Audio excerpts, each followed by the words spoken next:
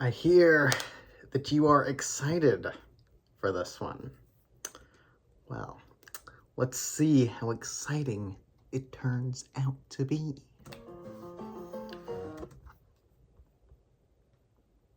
Let's not go that fast. I was just doing that because of the 20-minute excerpt.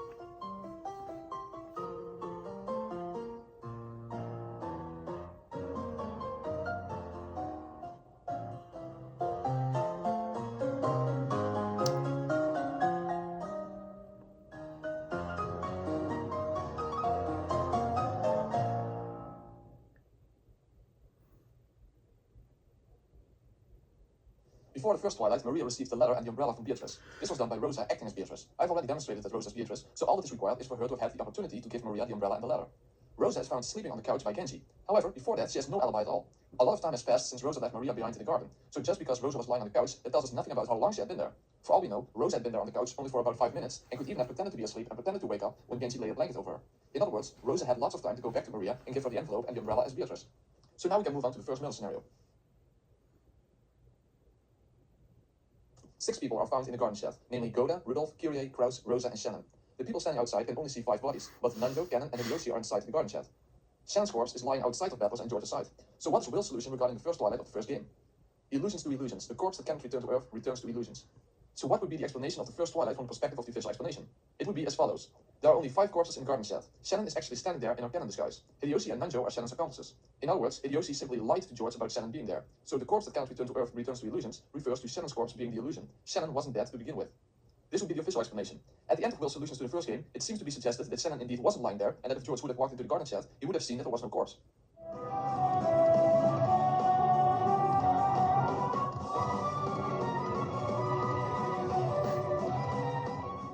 Furthermore, the author even claims this to be so in an interview. This is what I believe to be an example of Yukishi lying in an interview.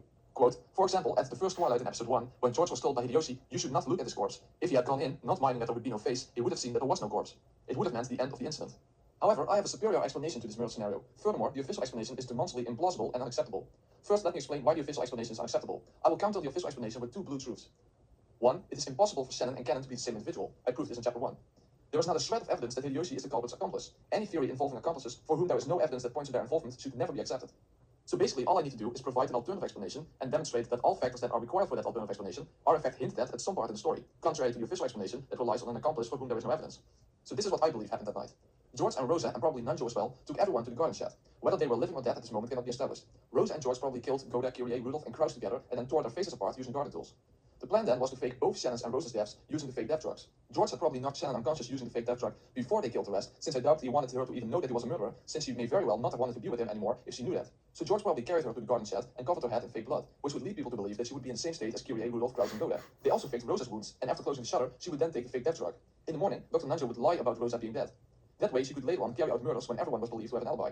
So the corpse that cannot return to Earth doesn't refer to a corpse that is merely believed to be there, but refers to a living person pretending to be a corpse. In other words, my blue truth concerning the first twilight is as follows. Rosa faked her death in the garden shed using a fake death drug. Her wounds were faked as well. Therefore, she can be the culprit of the other twilights. And Dr. Nanjo lied about Rosa being dead. Is he gonna describe what the fake death drug is? Like a specific drug? Because you can't use, it's one of the rules is you can't use an unspecified drug as an explanation. I think you'll remember in my version, I use a drug at one point and I make sure to specify which drug it is. Alone cannot be the solution to the first twilight. I can already hear believers in the official explanation object to my solution. However, I'm not done yet. So let's use what I suspect those objections to be to further explain my solution. Objection number 1. Will's solution involves only one fake corpse, but in your solution, both Rosa's and Shannon's deaths were faked. So your solution contradicts Will's solution. Moreover, how do you account for Will saying that Beatrice would have been found out if George had walked into the garden shed? Doesn't that prove that Shannon's corpse was never there to begin with? Response. Well, first of all, how do we know that Will's correct about anything? I can fully well explain this through my betrayal theory. Remember that I said that Rosa wanted everyone dead, while George wanted Shannon to survive and therefore would fake her death. But in this scenario, Rosa and Shannon were locked inside the garden shed for the entire night together. So the issue of it being a dangerous game right from the start is the fact that George left Shannon behind in a state of fake death when he locked in the garden shed that night. So when the crime was discovered the next morning, he believed that Shannon was lying there, still unconscious. However, Rosa never intended to leave Shannon alive. So, in other words, blue truth, that night, after the shutter was locked and George left, and before Rosa used the fake death drug on herself, Rosa killed Shannon and smashed her face apart. Therefore, the next morning, there indeed were 5 real corpses and 1 fake corpse inside the shed. If George would have walked into the garden shed, he would have noticed that Shannon now truly was dead and that Rosa had betrayed him. So, Shannon was really present in the garden shed and she truly was dead. Hideyoshi and Cannon did not lie about what they saw. Hideyoshi simply prevented his son from going into the shed to protect him from the trauma of having to look at Shannon's mutilated face. So what Will and Claire are referring to has nothing to do with Shannon being Cannon. They were referring to the fact that Shannon was really lying there dead, and if George had gone into the shed, Rosa's betrayal would have been discovered. That's what abandoning oneself to fate is about. Rosa took a tremendous risk by killing Shannon when this could easily have been discovered. An alternative way for Rosa to have killed Shannon would be that Rosa used the poison to mess with the fake death drug that George used on Shannon, meaning that instead of getting her in a state of fake death, George truly killed Shannon without even realizing it. However, I prefer the direct method of killing by Rosa, yet both are possible. But there are probably more objections to my theory, so let's move on to the second objection. Objection number 2. Rosa was lying in view of Butler and the others, so how could she have been playing dead? Response: I advise you to all reread the scene where the garden shed victims are discovered. Butler never even mentions Rosa's wounds ever in that scene, only that she is among the people lying there. But even though Butler talks about his parents' wounds in detail and then mentions Krause's wounds as well, he never even mentions Rosa's wounds, or even Goda's wounds for that matter. In the anime version, Dr. Nanjo is kneeled in front of Rosa performing an autopsy. This suggests that Butler never even had a good view of Rosa in the first place. The detective's authority only implies that when the detective actually examines a corpse, he would not mistake a living person for a dead person. But Butler never examined Rosa's corpse at all. It is not even shown that he had a good view of her in general, so invoking the detective's authority to claim that Rosa had to have been dead will not work. Saying that the detective would notice that someone is dead just at a glance is not what the objective perspective is about. The point is that if the detective specifically searches for something, like a person hiding in a room, he would at least find clues about it. Or if the detective examines a corpse up close, he would not be fooled into believing that person was merely pretending. But Butler doesn't examine Rosa's and Goda's corpse up close and doesn't specify their wounds. Therefore, both of them at least could have been faking their deaths. Now, obviously, I don't believe that Goda was faking his death, but the point is that Butler only confirms with certainty that Kirei, Rudolph, and Krause were dead. Rosa and Goda were merely visible to Butler, but not examined up closely. Therefore, their deaths were not guaranteed through the detective's authority. After all, there are other instances that even the people believing in the official explanation accept, in which Butler is fooled by something that is in full view, but not discovered by Butler because he never examined it up close. In the boiler room scenario in this game, the official explanation would be that Cannon faked his death, including a fake wound on his chest. Cannon is also in full view of Butler, but he never saw Cannon's wound up close. So that's basically a similar situation. Therefore, there's no problem with Rosa faking her death. Objection number 3. After the crime was discovered, the garden shed was locked by Genji and Matsui was holding onto the key. Therefore, even if Rosa was alive, she could not have escaped from the garden shed afterwards to commit any crimes. Response: this, I believe, was specifically put in the story by Ryukishi to deceive his readers into believing the official explanation.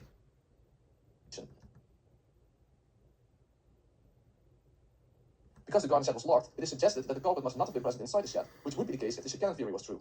However, this objection fails because not only can I explain how Rosa could have escaped from the garden shed after it was locked, and unlike the official explanation which invokes Hideyoshi's involvement without evidence, I can actually prove that it was possible for Rosa to escape the garden shed. In the fourth game, Battle uses a tool to destroy the shutter of the garden shed to gain entry after discovering Goda and Kumasawa's corpses. Since the garden shed is full of such tools, Rosa could have used one of those tools to destroy the shutter after it was locked and everyone had left. Battle never went to the garden shed afterwards, so we have no objective evidence that the shutter was intact after it was locked by Genji. I even have an alternative way for Rosa to escape the garden shed, namely by escaping through the window. We know that the window is small, but in none of the windows it is shown how small the window is. We have no proof that it isn't just big enough to let a person through. In fact, in the anime version, the window is definitely big enough to let a person through. In other words, there is no evidence that the window in the garden shed was too small for Rosa to escape through, and we at least have a hint that it would be big enough. Therefore, it would be possible for Rosa to escape from the garden shed even if the shutter was locked. I could even have a third possible solution that I don't believe and don't prefer, but if in the official explanation it is allowed to invoke extra people, I could just as well claim that Genji did not actually properly lock the shutter, but merely pretended to seal the lock shut. So in that way, Rosa could simply open the shutter without any problems. And given Genji's extreme loyalty to the family head, invoking his involvement is at least not without evidence, contrary to Hideyoshi's involvement. So even by using an extra accomplice, my theory is still superior to the official explanation. But having said that, I don't believe that Genji was involved in the first place. I personally prefer the solution that Rosa broke the shutter by using one of the tools inside the garden shed, since that is specifically hinted at in the fourth novel. However, escaping through the window is also a workable solution. Either of those will do. Therefore, my theory can account for everything regarding the first twilight of the first game. So let's summarize the factors that my theory relies on, and how contrary to the official explanation, all these factors are hinted at somewhere in the story. Fake death, hinted at in the fifth novel. Erica specifies that fake death drugs don't violate Noxus 4. Fake wounds, hinted at in the fifth novel. And Rosa's supposed wounds were never examined by Butler in the first place, not even mentioned. The shutter destroyed by a tool. Butler also does this in the fourth novel. The garden shed is in fact the place where tools are stored. The alternative way to escape, namely by escaping through the window, hinted at in the anime that the window is big enough for a person to escape through. In the novel, it is never mentioned that the window is too small to let a person through. And my other alternative way to escape, Genji pretending to seal the lock on the shutter. Genji's extreme loyalty to the family head is hinted at in multiple novels. And the alternative way for Shannon to die, by poison, hinted at in the fourth novel regarding Maria's death, showing that the culprit has access to poison. So that takes care of the first twilight. George is among the rest of the family, and Rosa has escaped from the garden shed and has access to Goda's and Shannon's master key. So now let's move on to the second twilight. In the second murder scenario, Eva and Hideyoshi are found in the guest room, both with stakes through their heads. Eva is dead on the bed, and Hideyoshi is dead in the bathtub. Genji and Cannon first discover the room locked and chained shut with one of the witch's levers under the door. Genji then orders Cannon to get a wire cutter with Kumasawa to cut through the chain. When they return, the door suddenly has a magic circle painted on it. After Cannon cuts through the chain, they find the corpses. Will's solution to this scenario is as follows. Illusions to illusions. A chain of illusions can only hold back illusions. So what would be the official explanation solution to the scenario? The first impression would be that Cannon, Genji, and Kumasawa simply lied about the chain being set, meaning that it was never set in the first place. Or, Cannon killed Eva and Hideyoshi after he cut through the chain, so he didn't discover the corpses, he produced them after the closed room was destroyed. That solution is also what the author basically says, or as I believe lied about in an interview. There he says the following, Quote, that portion was all based on the descriptions by the witnesses. But who was it who observed that? Those two had died within a chained locked room. If you start out like that, the people you should doubt come right to mind. However, even though these solutions don't have such terrible inconsistencies as the previous scenario, there are still some implausibility factors.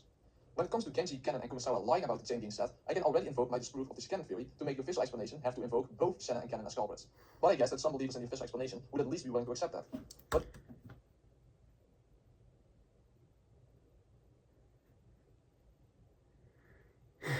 the official explanation is just seeming unbelievably whack. If the chain of illusions refers to the chain never having been set, then we would have to assume that Hideyoshi and Eva would leave themselves exposed in their room without setting a chain. Even if you assume that Hideyoshi and Eva were bribed by Shannon, meaning that you also have to invoke Eva as an accomplice, then they would probably still be extremely careful to not randomly trust a murderer. It's only natural for them to suspect that they could be killed as well. So I see it as very implausible that Eva and Hideyoshi would not protect themselves by setting the chain. Also, since the chain was found severed on the ground, you still need Kennen to have really cut the chain, but only from the inside rather than from the outside. So in that case, it would be much easier to go for the explanation that Kennen destroyed the chain first and then committed the crime. But in what sense can we then speak about the chain of illusions? We also have to consider that Hideyoshi was murdered while taking a bath, meaning that he never saw the murderer coming. So if the murderer didn't just burst inside after cutting the chain, what I think this suggests is that the murderer was someone who they both trusted and would have had no problem with being in the room while he was in the bathroom part of the room taking a bath. And since it would be expected that they would in fact set the chain to be safe, they would probably only unset it themselves if a person they would never expect to be the culprit wanted to enter the room. Only George really fits that description, since he is their son. So here's my theory. George went to his parents' room and asked them to let him in. Given that it was their son, whom they trusted, Eve had no problem letting him in while Hideyoshi was taking a bath. Then George quickly killed them both. This only explains their deaths, not why the chain was set when Genji and Kennen went to the room. After all, George could not have been hiding inside the room since he was among the people that discovered the corpses after Kennen and Kumasawa. So this is where Rosa comes in, who would have been hiding somewhere inside the mansion and had just placed Kinsu's corpse inside the furnace in the boiler room. So, another blue truth. Rosa was hiding somewhere in the mansion and met up with George at a prearranged location. After George killed his parents, he left the room and joined up with the others in the parlor. Then Rosa entered the room and planted the stakes in the corpses. She then set the chain and placed the ladder under the door. Then she hid herself underneath the bed. After Genji and Kennen discovered the room chain shut and left again, Rosa went to unset the chain, painted the magic circle on the door, set the chain again, and hid under the bed again. Then, Kennen and Kumasawa broke the chain and discovered the corpses, and the rest of the family followed in. Here, George made a very smart move to make sure Rosa would not be discovered. He threw himself on the bed, crying over his dead mother. This would divert everyone's attention away from the bed, since no one would disturb someone crying over his dead mother. So the room was never properly checked, meaning that there was no problem with someone hiding inside. There are only two possible objections that I can think of concerning my theory. Nice one, anime. Nice one. Number one, how does this theory fit in with Will's solution? In what sense are we dealing with a chain of illusions here? Response, it's not merely a chain of illusions. Will says a chain of illusions can only hold back illusions. The second part of that sentence is important as well. After all, it is only assumed that a chain of illusions refers to the chain not being set. But that's merely an assumption. It doesn't have to refer to that. First of all, a chain of illusions doesn't mean that there was no chain in the first place, since whether it is set or not, the chain is at the very least there. So what is basically the function of a chain lock? Well, it is to keep people from entering the room, even if they have a key. So what I believe this sentence, a chain of illusions can only hold back illusions, refers to, is that a set chain makes it seem like it acts like a lock to keep people from the outside coming in. But the culprit coming from the outside was the illusion. And I'm using the word culprit here to refer to the person who set the chain. The person who set up this scenario was hiding inside the room. In other words, the chain that made it seem like it prevented anyone from entering only could hold back the illusion of a culprit coming from the outside. But instead, the culprit, at least as far as saying of the scenario, was hiding on the inside and had full control of the chain, which can be set and unset from the inside. Given that interpretation, Will's solution can basically be rephrased like this. A chain that seems like a lock preventing a culprit from entering can only hold back the illusion of a culprit entering from the outside.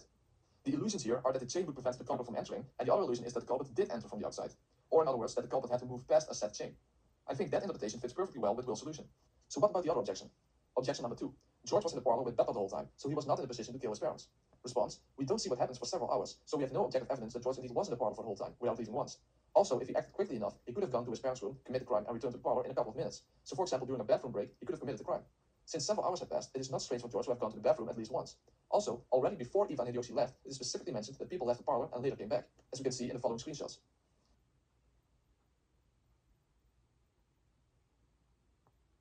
But even if you don't like that, then I can provide an alternative explanation in which George is not even involved in this murder scenario, namely as follows. Rosa was hiding inside the guest room from before Hideyoshi and Eva entered. When none of them were expecting anything, Rosa went out of hiding and killed them before they even realized what was going on. Then she hid herself again. This way, the chain is not an issue at all anymore, since Rosa was inside the room the entire time. I still prefer my explanation that George killed his parents, but my alternative explanation works as well, and also fits just as well with my interpretation of Will's solution. In case, my theories can account perfectly well for the second twilight. In the third scenario, Kennen is found wounded in the boiler room in a puddle of blood with a stake next to him, after discovering Kinsu's burnt corpse. Nunjo then takes care of Kennen in the servants' room and is joined by a concerned Jessica.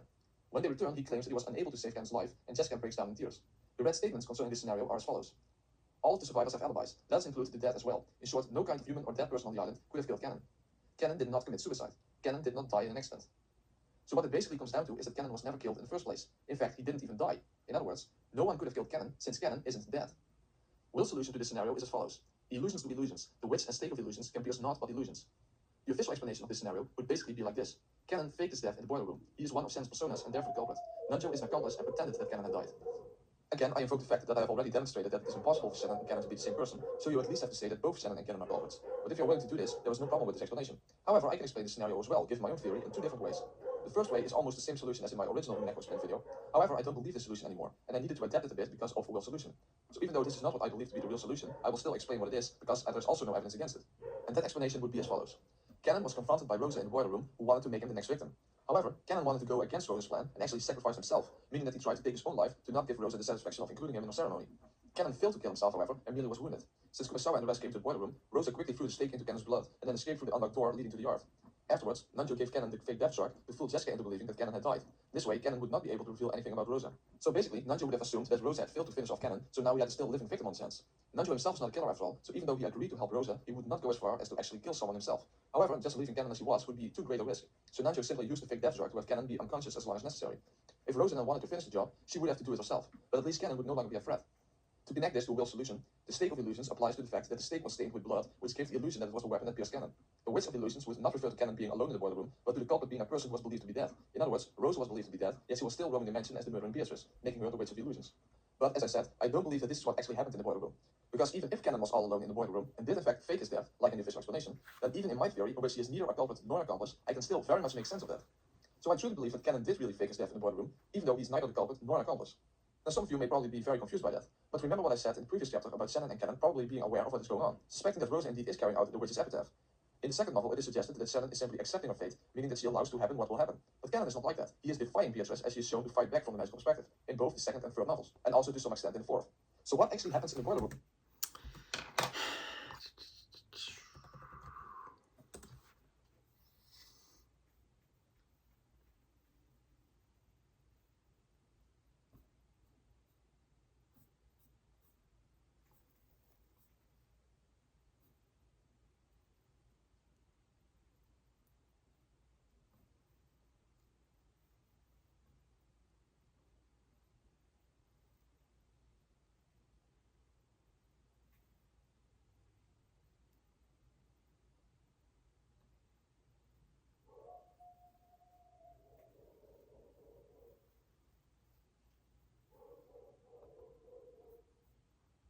From the magical perspective. What is Cannon trying to achieve in the boiler room?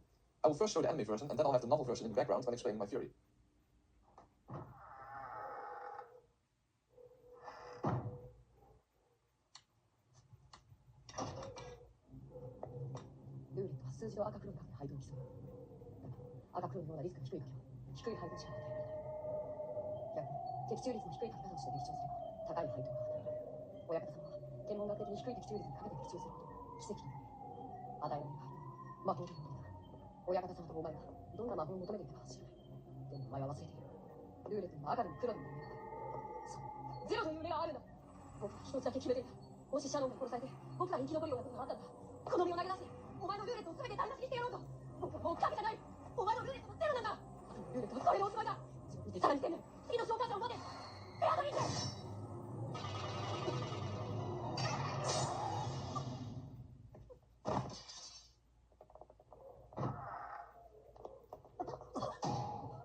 Basically, what we are shown here is that Cannon is trying to go against Beatrice's ceremony by being the, quote, zero on a roulette. He also said that if Shannon would die before him, he decided to sacrifice himself to bring down Beatrice's ritual. Basically, he's taking control of his own fate. So let's summarize what we know about Cannon. Cannon already acknowledged the existence of Beatrice, shown by Maria's testimony in the seventh novel. The servants and Nanjo acknowledged the new family head as Beatrice. From the magical perspective, Cannon and Shannon are shown to know about Beatrice's resurrection ceremony, the second and third novel in particular.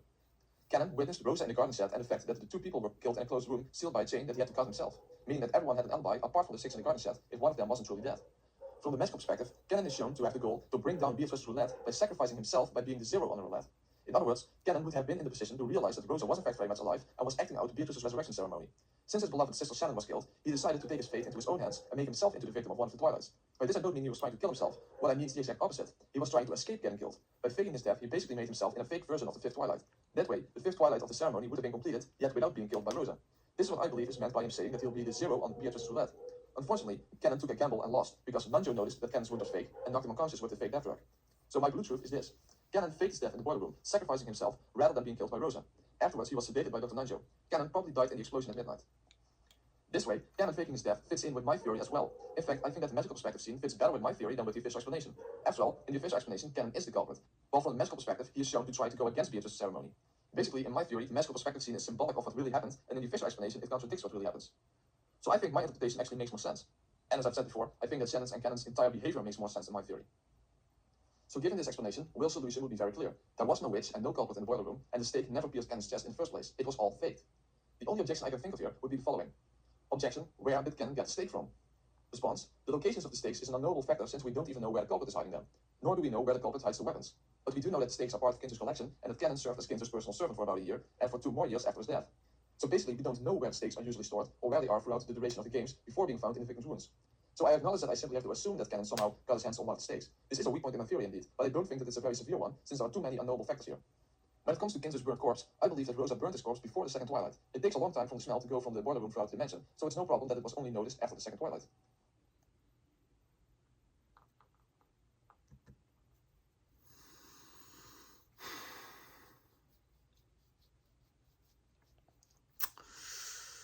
That explanation is fine, I suppose. It does solve an issue, right? Where it says, in short, no kind of human or dead person on the island could have killed Cannon, right?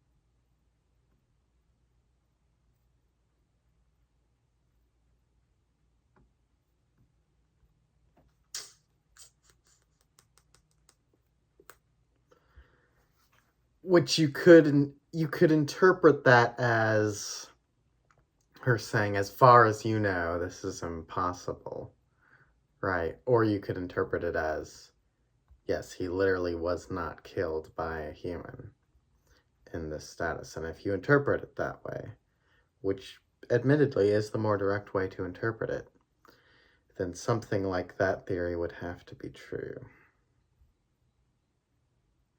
I don't like that theory, but I suppose it's fine.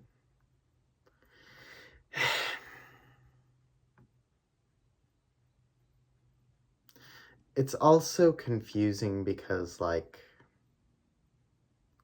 why does he do it in the boiler room or whatever? Why does he do it at that time? I mean, just 'cause, I guess.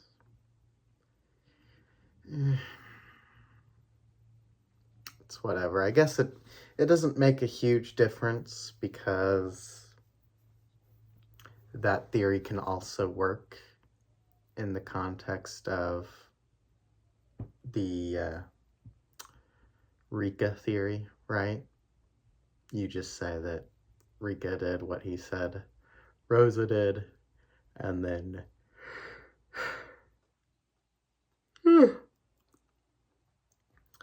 but yeah. Then the survivors locked themselves in Kinzo's room. Rosa expected this to happen, however, since it would be the safest room in the mansion. Since it would have been impossible for Rosa to kill anyone when they were locked inside Kinzo's study, she had prepared a letter beforehand to cause them to split up, which she had given to Dr. Nanjo. When nobody was looking, Nanjo quickly threw the envelope on the table, which led to Natsui forcing him, Kumasawa, Genji, and Maria out of the room. I can be very quick about the parlor murder scenario, because it isn't really a closed room scenario to begin with, as 2 of the master keys are available to the culprit. In other words, my Bluetooth regarding this scenario is as follows. Rosa stepped into the parlor carrying a gun. She told her daughter to face the wall and sing a song. She then shot Genji, Kumasawa, and Nanjo. Afterwards, she dialed the number of Kinzo's study, left the phone through, left the parlor, and locked it with Shannon's or Goda's master key. So basically, even though Nanjo was an accomplice, Rosa still needed him to die for the ceremony. She was not willing to blast her own daughter's face off, however. She and Maria would die together in the explosion. She acted as Beatrice towards her daughter, explaining why Maria claimed that Beatrice entered the room. The official explanation would basically be the same, but with Shannon or Cannon being the culprit. When it comes to Will's solution, the answer is very simple. It was through Maria's testimony that it was believed that Genji locked the parlor and that Beatrice entered afterwards. However, Rosa simply entered and left the parlor using either Shannon's or Goda's master key. Maria was facing the wall and therefore didn't see her mother leaving using the key. The final murder scenario of the first game is when Natsui is found dead with a bullet in her head. It is shown in red that this was a real shooting murder and not a suicide. The simplest solution is simply that Rosa was hiding somewhere near the parlor and shot Natsui, and the official explanation version would be the same, but with Shannon or Cannon as the culprit. There is, however, a problem with one of the red statements here that might actually have to do with terminology, namely the following: there are no unidentified corpses, and all of the survivors have alibis. Here it says that all survivors have alibis, so that would seem to include anyone with faked deaths as well, whether it be Shannon or Cannon or Rosa. However, I myself and most other readers I know of tend to interpret the term all survivors to refer to Battler's group. In other words, Battler, George, Jessica, and Maria, or in other words, everyone who is believed to be alive.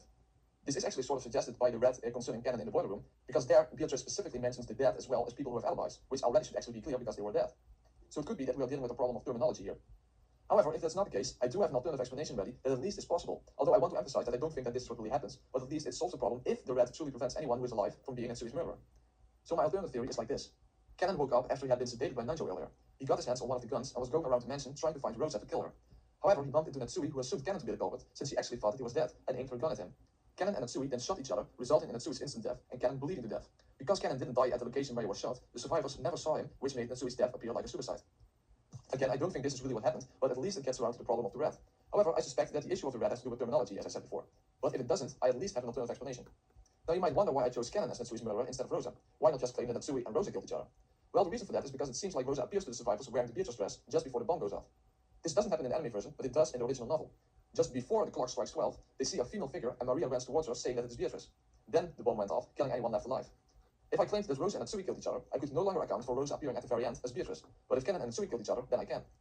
Funny thing is that if this simultaneous murder explanation really is necessary, then Beatrice's appearance right before midnight becomes inexplicable from the perspective of the official explanation, unless you are willing to discard the Cannon theory part of it and have Shannon solely as Beatrice and have Cannon and Natsui killed each other right before the end.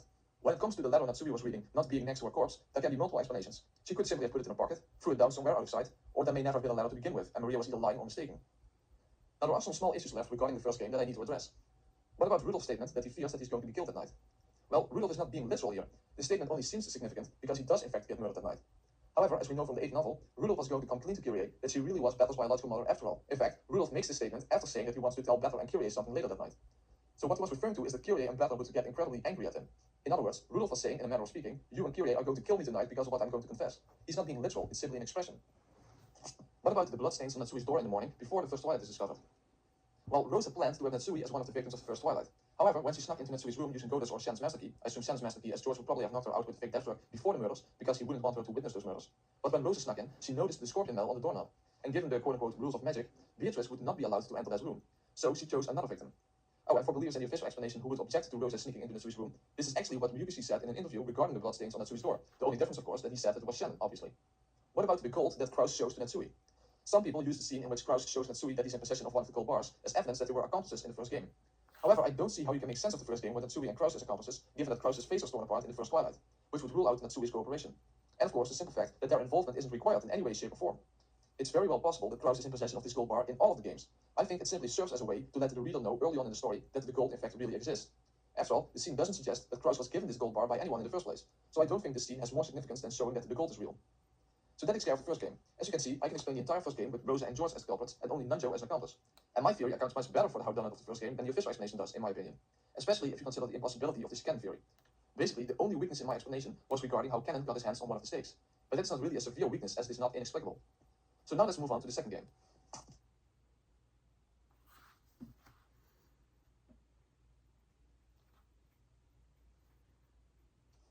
I can be extremely short about this murder scenario, since I've explained it already. It is both Rosa who claims that the door is locked and who supposedly unlocks it. The servant simply assumed that it was locked, since it is always locked and the key was missing. Only Rosa actually tries to open the door and then claims that it was locked. She's the one who retrieved the chapel key from the envelope in Maria's handbag and then pretended to unlock the chapel door with it.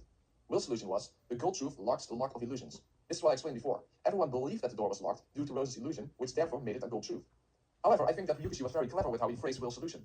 After all, if the official explanation is indeed a lie, and if Will knows the real truth, then he had to phrase Will's solutions in such a way that it would seem to point toward the official explanation, when in fact it doesn't. In other words, that a person who believes the official explanation would mistakenly seek confirmation of the official explanation in Will's solutions. This is especially true for the next Twilight, but this is also the case with the usage of the gold truth. After all, as I explained before, you cannot get around Rosa being involved in the second game. So what would believers in the official explanation tend to assume? Probably that Shannon bribed Rosa with the gold in order to get her support. So when believers in the official explanation would see the term the gold truth appear in Will's solutions for the second and fourth game, they would probably believe that it refers to accomplices having been bribed with the gold, especially after reading Umineko Our Confession, in which Kraus and Natsui are made into accomplices this way.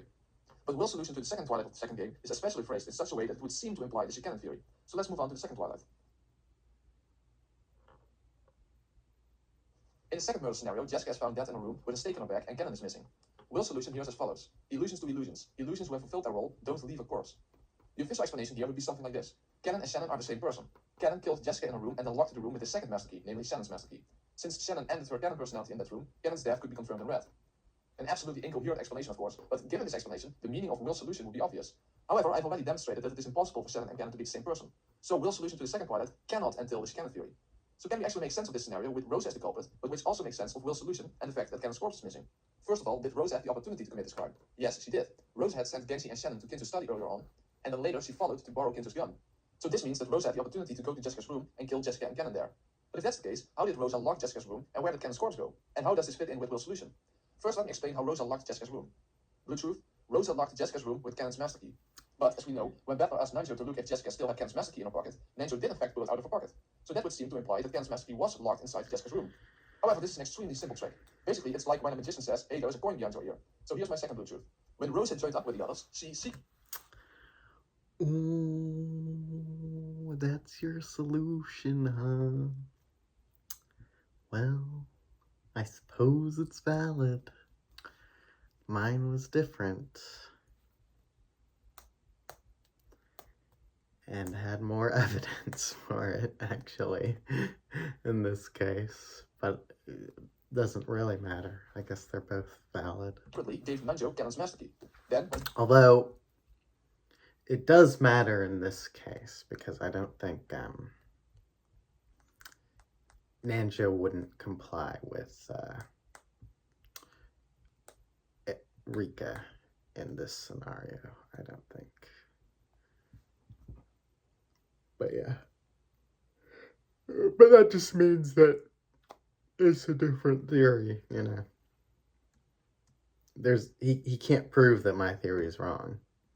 Searching Jessica's corpse, Nanjo pretended to find the key on her corpse. So that explains how the room was locked. But what about Cannon's disappearance and Will's solution? Since Cannon in a sense appears in the next scenario, I believe that it was part of Rose's plan to make Cannon disappear in order to set up the murdering demon version of Cannon's scenario. After all, she's trying to make things seem magical. So basically, she's trying to make it seem like Cannon killed Jessica and later appeared as a demon who can move in and out of locked rooms without using a key. So the illusion here is that it seems like Cannon killed Jessica and then disappeared while leaving his key inside the room. But in fact, Cannon is innocent and Rose simply hid his body in another room. So to connect this to Will's solution, the illusions who have fulfilled their role do not leave a corpse refers to the role Rosa gave to Cannon to serve as the illusion of being the murderer, and hiding away his corpse made it seem like magic. After all, when the crime is discovered and they discuss how it might have happened, Rosa is trying to make it seem like Cannon is the culprit. Her purpose was to make it seem later on that Cannon was behind the murder of Nanjo and Kumasawa, but not in a mystery way, but in a fantasy way, namely through the testimony of the servants later on. This way, the second twilight can be explained as well. I actually have yet another reason to believe that Rosa was behind this murder, and a lot of you probably will know what I'm referring to, but I will leave that for the chapter on whistleblowing. This murder scenario is actually the most difficult to explain in detail because there are no hints about what actually happened in the servants' room. Will's solutions don't even include this scenario. So what actually happened here cannot be proven. Only I have the perfect explanation for this There are multiple versions available. So I will simply give an example of what could have happened. The only thing that I'm certain of is the following. The servants were forced to lie about what happened in the servants' room. First of all, there is no good reason to believe that Nanjo and Kumasawa were actually killed inside the servants' room. So let me give a possible version of what could have happened. First of all, Rosa made sure that all the servants went to the kitchen. Then she took Nanjo to the side and had a short conversation with him at enough distance from Better that he couldn't hear what they were talking about, as we can see in the following clip.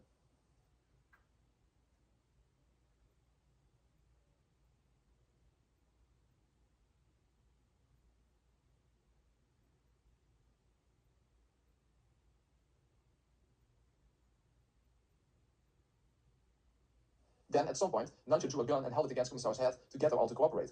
Fake blood was poured in the servants' room, and Cannon's and Kumasawa's master key were placed in the envelope. Then, Goda had to lock the door. Then, Nanjo ordered them to tell that the demon version of Cannon appeared and killed him and Kumasawa.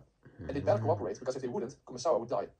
Moreover, he would probably tell them that he had an accomplice among Battle's group, or even upfront tell them that Rosa was the murderer and that he was working for her. Since Rosa was carrying a gun and Nanjo held Kumasawa hostage, they had no choice but to play along. Nanjo then took Kumasawa away and hid somewhere in the mansion. So Genji, Shannon, and Goda returned in shock to the parlor and gave their incomprehensible testimony of Cannon, who wasn't really Cannon anymore, killing Nanjo and Kumasawa. It all went according to Rosa's plan. But not only was it her intention to make it seem like a demon was behind this murder, this was also a way for her to get her hands on all of the master keys. After all, she could now place doubt on the servants' reliability and had them hand over the master keys. This would be vital for the rest of the game. When you read this scene with this explanation in mind, it is really disturbing to see how cruel Rosa is. And after she collected all 5 master keys, George went with the servants and Rosa, Maria, and Battle returned to the parlor. So from this point onwards, George takes control of the murder scenarios. He is now supposed to create a perfect closed room with 3 corpses inside it, at least to make it seem that way. So he takes Goda and Shannon to Netsui's room. Problem is, at this point, he has no option but to reveal his involvement to Shannon and hope that he could convince her of his purpose and fake their deaths together so that they could later escape the island. Unfortunately, things don't go as he planned. Now we arrive at what would probably be considered the biggest defense of the official explanation, apart from the boiler room scenario in the first game. The murder scene in Natsui's room is probably the best hint that Shannon is the culprit. Not only that, but this scenario is actually in detail explained by the author himself. So not only do we have the official explanation in general, in the sense that Shannon is the culprit, and therefore we can deduce what would have happened in Natsui's room, but we also have an explanation from the author himself. But first let me give the real solution. Earth to Earth, no one would dispute that a coffin is a closed room. Basically, what it comes down to is that Natsui's room is a perfect closed room. The original key is locked inside the room itself, and all the master keys are under Battle's surveillance, since they are in Rose's possession, and Rose and Battle are together in the parlor the whole time until they discover the corpses. And it is Battle who unlocks the door, meaning that we know that the door was truly locked. The red also proves that the master keys were indeed in Rose's possession the whole time, as we can see in the following red statement. Natsui's own key was in George's pocket, and the inside of the room was closed off. Only the 5 master keys were left, and Rosa was holding all of them. After the master keys came into Rose's control, never did any of them leave her hands, except for the time when she lent it to Battle to unlock Natsui's room. So basically, this is a perfect closed room. This is not about tricks anymore. The only possibility is that the culprit is inside the room. Since there is no possibility of anyone hiding, since everyone else is confirmed dead, one of the 3 people inside the room is the culprit, or at least one of the culprits. In other words, Goda, Shannon, or George must either be the sole culprit or one of the culprits in any theory. We have Shannon in the official explanation, and we have George in mine. Goda is basically the most innocent person on the island, so he was never really an option to begin with, in my opinion. The official explanation here is as follows. Shannon killed George and Goda, and then she committed suicide. This is the reason why she's the only person in the room without a stake in her body. Let's take a look at a detailed explanation by the author of how this went about. Quote, still, the locked room in Natsui's chamber is a special case. If Shannon actually committed suicide, there is nobody who can get rid of the weapon. If you think of Genji finalizing that, then it just happens smoothly, but... And then Ryukishi responds, because we have come so far, I think I can give you an answer, though it's basically the same trick as with the well. Shannon died face down, slumped over the makeup cabinet. It's a really simple trick. You tie the weapon to a heavy object with a string, then you throw the heavy object behind the cabinet. And then it's the classic trick. When you commit suicide, the gun is pulled behind the cabinet towards the heavy object. So that's how it went? I thought because you solved the riddle of the well as well, you would get this trick without any problem. I especially wrote that she was slumped over, face down over the makeup cabinet. And while the other 2 in the room were actually pierced by the stakes, Shannon was not. That is why you can imagine her being the last to die in that room, because there was nobody left to insert the stake into the gun wound. There was never a full inspection of that special room, so that means that the weapon was left within it. Ah, now I see. I never thought of that. And during episode 4, the same trick was used to drop the weapon into the well in the end. Because of the image of well equals trash can, I imagined that everybody would find it easy to get the trick. And because in episode 2, even before the incident in Natsui's room happened, there was the atmosphere of let's preserve the crime scene until the police arrives. It could have been behind the cabinet or even in the space under the bed. Even if you cast only a little shadow over it, it will already be out of view. That was probably the most difficult part of episode 2. Yes, it would probably be classified as barely hinted. People familiar with mystery novels will recognize this method of suicide, since it's basically taken from And Then There Were None by Agatha Christie, in which the culprit commits suicide using the same kind of trick. People who haven't heard of this explanation by the author before might notice that something is not right here. There's a discrepancy. But for the moment, I will not challenge the official explanation here and merely focus on an alternative explanation. I will come back to the official explanation of this scenario in the chapter on whistleblowing. But for now, is Shannon's suicide the only possible explanation here? Or can it be explained with my theory as well? And yes, I can. In fact, I can think of 2 possible explanations. First, I will give the one that I don't actually believe is true, but which at the very least is possible, so therefore it deserves to be included. Although I think it's less plausible than my primary solution. So here's that alternative possibility. First of all, Goda died first in the room. I guess that would be the case in both my 2 explanations and in the official explanation, since Goda died in the door opening. So it's all about Shannon and George. One thing that we need to take into account is the following. It is specifically stated that Natsui's room was a terrible mess with stuff all over the place. This could arbitrarily have been set up by the culprit, but to me it indicates that a struggle went on. 2 people had been fighting inside that room, and both died either as a result of the fight, or through another method like Shannon committing suicide like in the official explanation. So here's a possibility that I don't believe, but could have happened. Shannon and George killed each other. In other words, it was a simultaneous murder. Now I do believe that George and Shannon had a struggle in Natsui's room in both my explanations, but what I'm suggesting here is that the stakes themselves were the actual murder weapons. During the struggle, Shannon took one of the stakes George had with him and stabbed it into George's stomach. George then in a rage took the other stake and jammed it as hard as he could in Shannon's skull. Given the fact that it's almost not humanly possible to jab a stake in someone's skull as deep as they were like in the second twilight of the first game, meaning that the stakes were jammed into bullet wounds, in this instance, the stake only penetrated Shannon's frontal lobe, which resulted in immediate death, but the stake did not go deep enough to remain stuck in Shannon's skull, and therefore fell out after she had cabinet, resulting in the stake lying next to her in a puddle of blood, rather than being stuck inside her head. George, however, was lethally wounded as well and dropped into the floor. Feeling completely defeated over his inability to convince Shannon to join him in their new future, and being forced to kill her, George accepted his fate and bled to death. I don't think it can be denied that this is a possible explanation to this murder scenario. However, I don't think this is what actually happened. I do think that there was a struggle, but I don't think that a weak little girl like Shannon would be able to stand up against a young male adult who is trained in martial arts. Of course, we have to take into account that George didn't want to kill Shannon, but the point is that this struggle was not evenly matched. But I do think that George was forced to kill Shannon. After all, in other games, Shannon would not have known about George's plan, and especially not about him being a murderer. But in this game, there would have been no way around of revealing that fact to Shannon, and instead of tricking her into believing that they survived some accident or whatever excuse George would have come up with, he had to come clean and convince her of completing his plan and fake both of their deaths and escape the island later on. However, Shannon wouldn't be convinced, especially after George killed Goda in front of her. So a struggle was the result in which George, in a fit of rage, stabbed Shannon in the head with a stake and pushed her against the cabinet. Shannon fell face down on top of the cabinet with a stake next to her. So George's plan had failed, and the woman he loved was dead by his own hand. However, he was at a point of no return. He could either kill himself or go on living without Shannon, but at least with a lot of money. Given his personality and his determination, he chose the second option.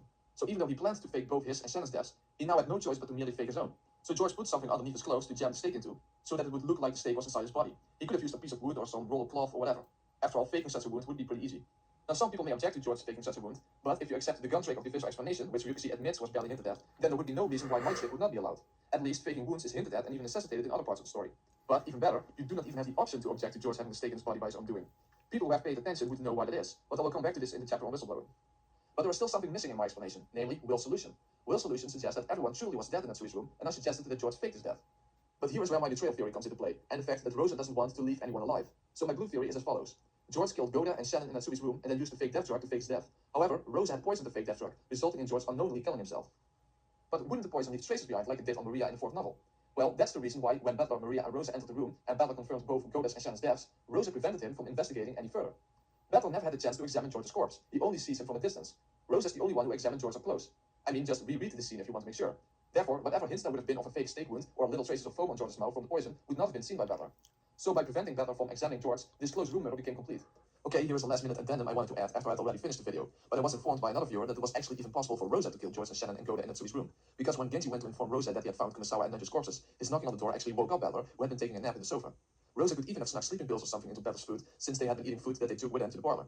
So if Butler was asleep, it would have been possible for Rosa to sneak out of the parlor, kill everyone, and return again. And since she was holding all the master keys, it's easy to explain the sewage closed room. So that means that there is yet another possible solution to that scenario. All that's left are the deaths of Nanjo and Kumasawa. Even though Dr. Nanjo and Kumasawa are the 7th and 8th Twilights, I believe that this murder scenario occurred before the murder scenario in that sewage room, which would also be the case in the official explanation, by the way. There is no trick to this scenario. George simply sliced their necks open by using some blade like a large kitchen knife or something. Dr. Nanjo believed that only Kumasawa would be killed, but George didn't want to leave Nanjo behind as a witness and killed him as well. Basically, that's all there is to it. I already explained the rest of the second game in the previous chapters, so let's move on to the third game.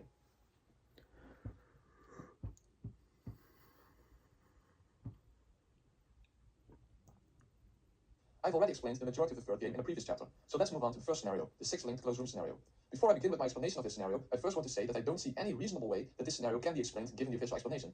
As I explained way back in chapter 1, the red statement concerning the deaths of the 6 people both proves that Shannon and Cannon are separate people and that there are 6 dead bodies, so no room for wordplay around personalities or stuff like that. The 6 people have to be truly dead no matter what wordplay.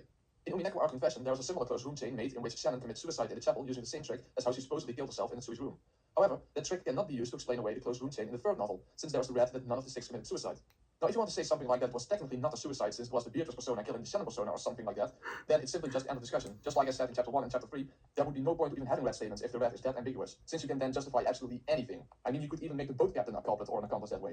Furthermore, what is the logic behind such a solution to this scenario anyway? In Umineko Our Confession, it is the final murder scenario, so that at least makes sense that the culprit would commit suicide. But this is merely the first Twilight. I guess what believers in the official explanation would want to say is that Shannon simply played dead, and that this is allowed by the red, since it revolves around death of one of her personalities, whatever that's supposed to mean in the first place. But as I said before, the red simply doesn't allow for such an interpretation.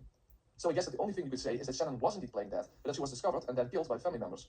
But I don't really see how such an explanation would help you explain the rest of the game. Shannon would still be dead and therefore cannot be the culprit of the rest of the game.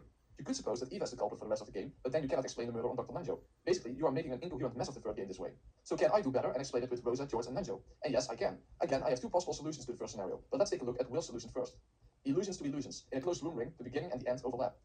People believing in the official explanation would see this as a confirmation of the Cannon theory, namely that Shannon and Cannon, who are in the first and the last room, are in fact the same person. Ryukishi even alludes to this in the interview. Quote, "That's true. I despaired about the mystery of the linked closed rooms until the very end. Will said that the end and the beginning overlap, but..."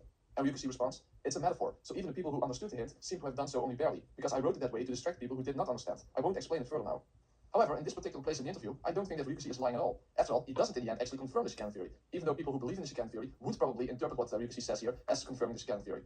But in fact, Ryukishi is actually very ambiguous here. Also, Kia is actually wrong about what Will says. Will doesn't say that the end and the beginning overlap in this scenario. He said that in a closed room ring, the end and the beginning overlap, which is always the case in a circle. But that, I believe, is exactly the point and the solution to this scenario. That's the illusion. The illusion is that we are dealing with a closed room ring, while in fact we are not. In a closed room ring, the end and the beginning overlap. But in this scenario, the end and the beginning really seem to overlap, while in actuality they don't.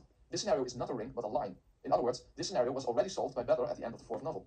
Quote, "After the murder of each person in their respective rooms, the culprit created a linked closed room, but the culprit just couldn't return the key for the last room to the inside of that closed room, no matter what they did. But they were able to return it. The first person to discover a corpse just had to pretend to find the key and show that they pulled it from the pocket of one of the corpses." So the answer to this scenario was already given in the 4th novel. Rosa herself was not involved in this scenario since she was keeping the rest of the family members in the dining hall for the night. After all, the family began to focus on solving the epitaph after Rosa confirmed that Beatrice indeed existed, at least the Kuadoran Beatrice. But George and Nanjo did have the opportunity. So it was George who killed all servants apart from Shannon, and Rosa had given him the location of Kinzo's corpse, which he then burned in the boiler room.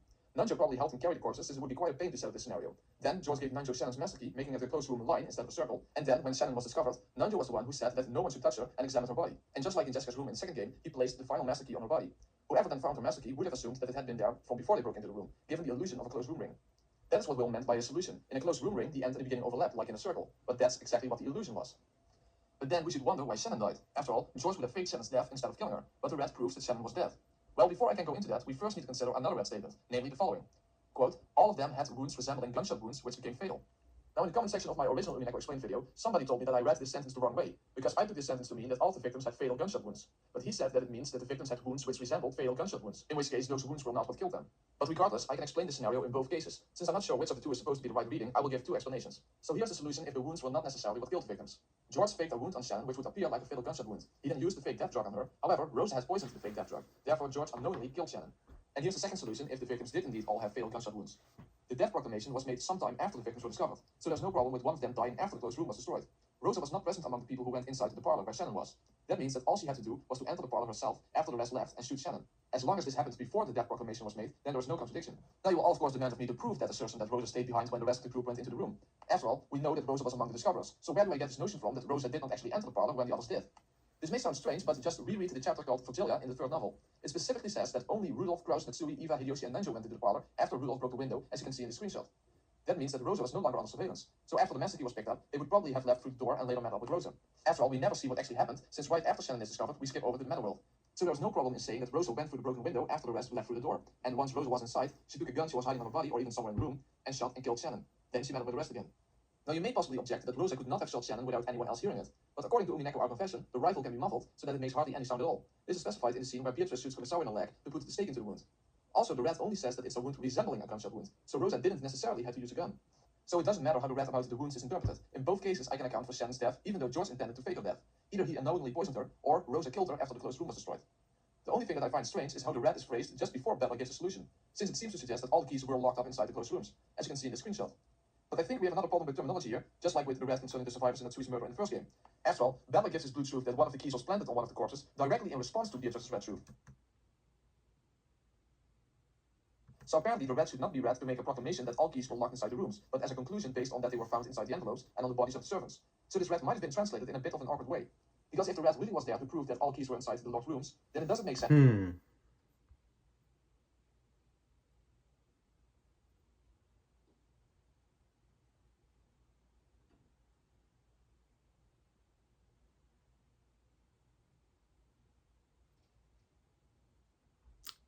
In short, it's the same phrasing here used to imply that this is her own summary rather than strictly true. In short. And that Bella actually responds to that red truth by claiming that one of the keys was planted on one of the corpses. So I think that it's very likely that we are dealing with some sort of mistranslation or awkward kind of phrasing or something like that.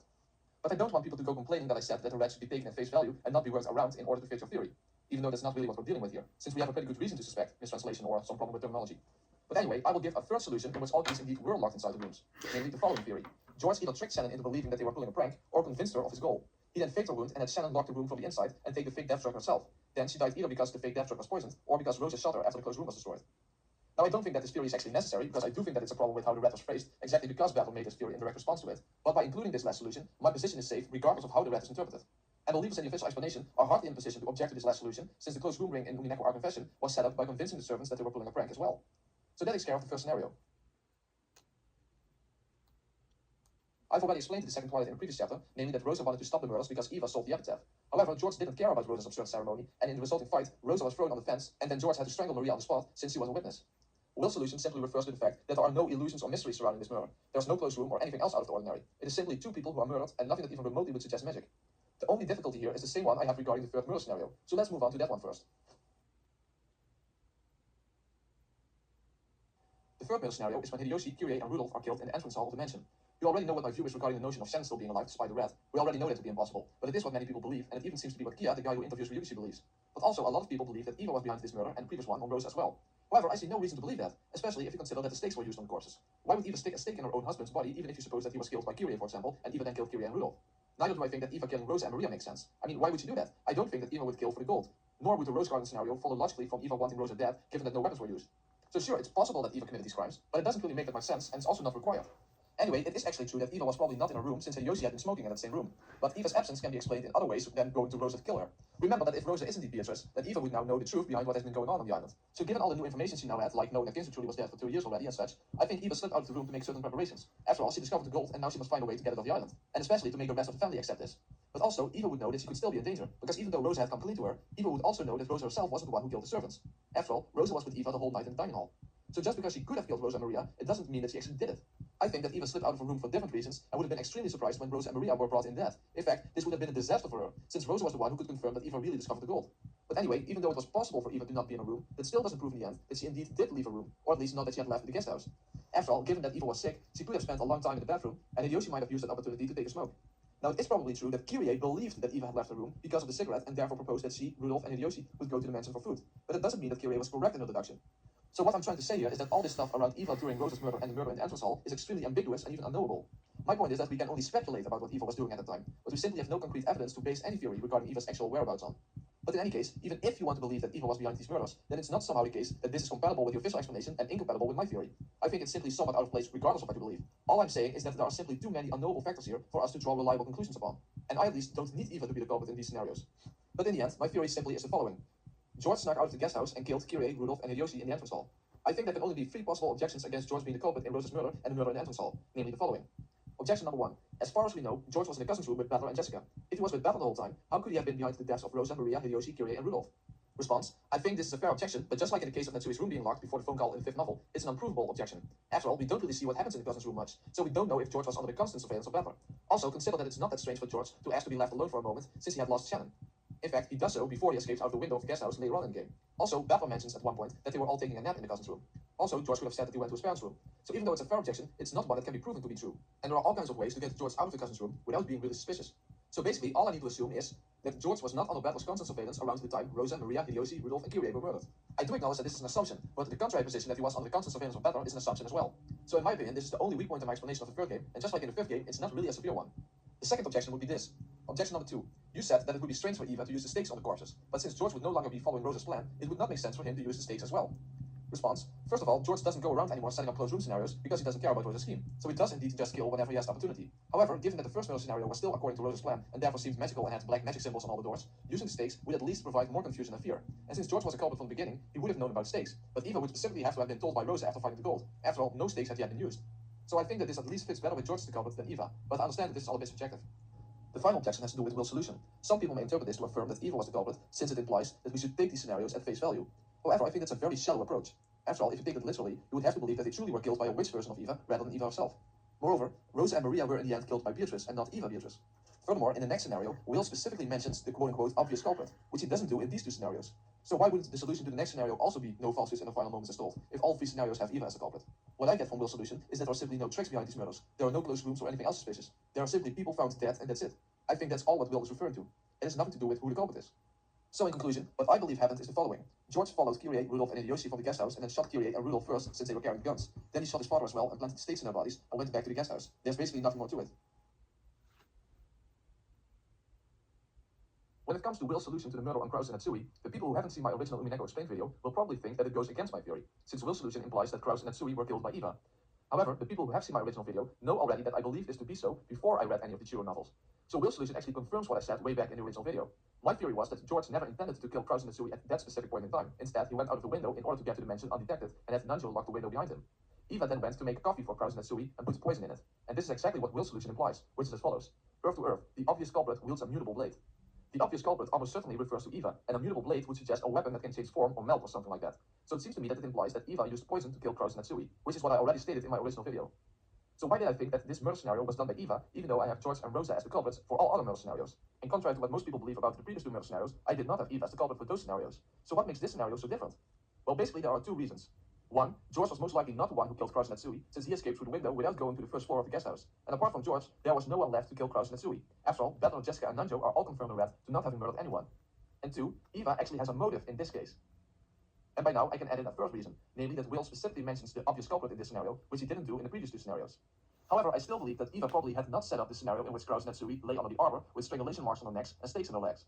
She did kill them, but she probably was really surprised herself to find them in such a state and at a different location from where she had killed them. But I'll come back to that in a minute. So first, why would Eva kill Kraus and Natsui? In order to understand this, you have to look at it from her perspective. Let's forget about belief in magic and some unknown person hiding on the island for a minute. If Eva would have ruled out those options, who would be the main suspects for being the culprit in Eva's eyes? The only survivors besides her were Kraus, Natsui, Nanjo, Jessica, George, and Butler. Even though George is the true culprit, she would probably rule out her own son, especially given that Hideyoshi was killed. Butler had lost his parents as well, so he would be an unlikely suspect. Nanjo would be a possible suspect, but he was an old man for whom money would probably have less value than to Kraus and Natsui. But most importantly, Kraus's immediate family was still completely intact. Butler had lost his parents, Rose and Maria were both killed, and she and George had lost Hideyoshi. But Kraus and Natsui were both alive as well as a daughter. Their little family was still complete.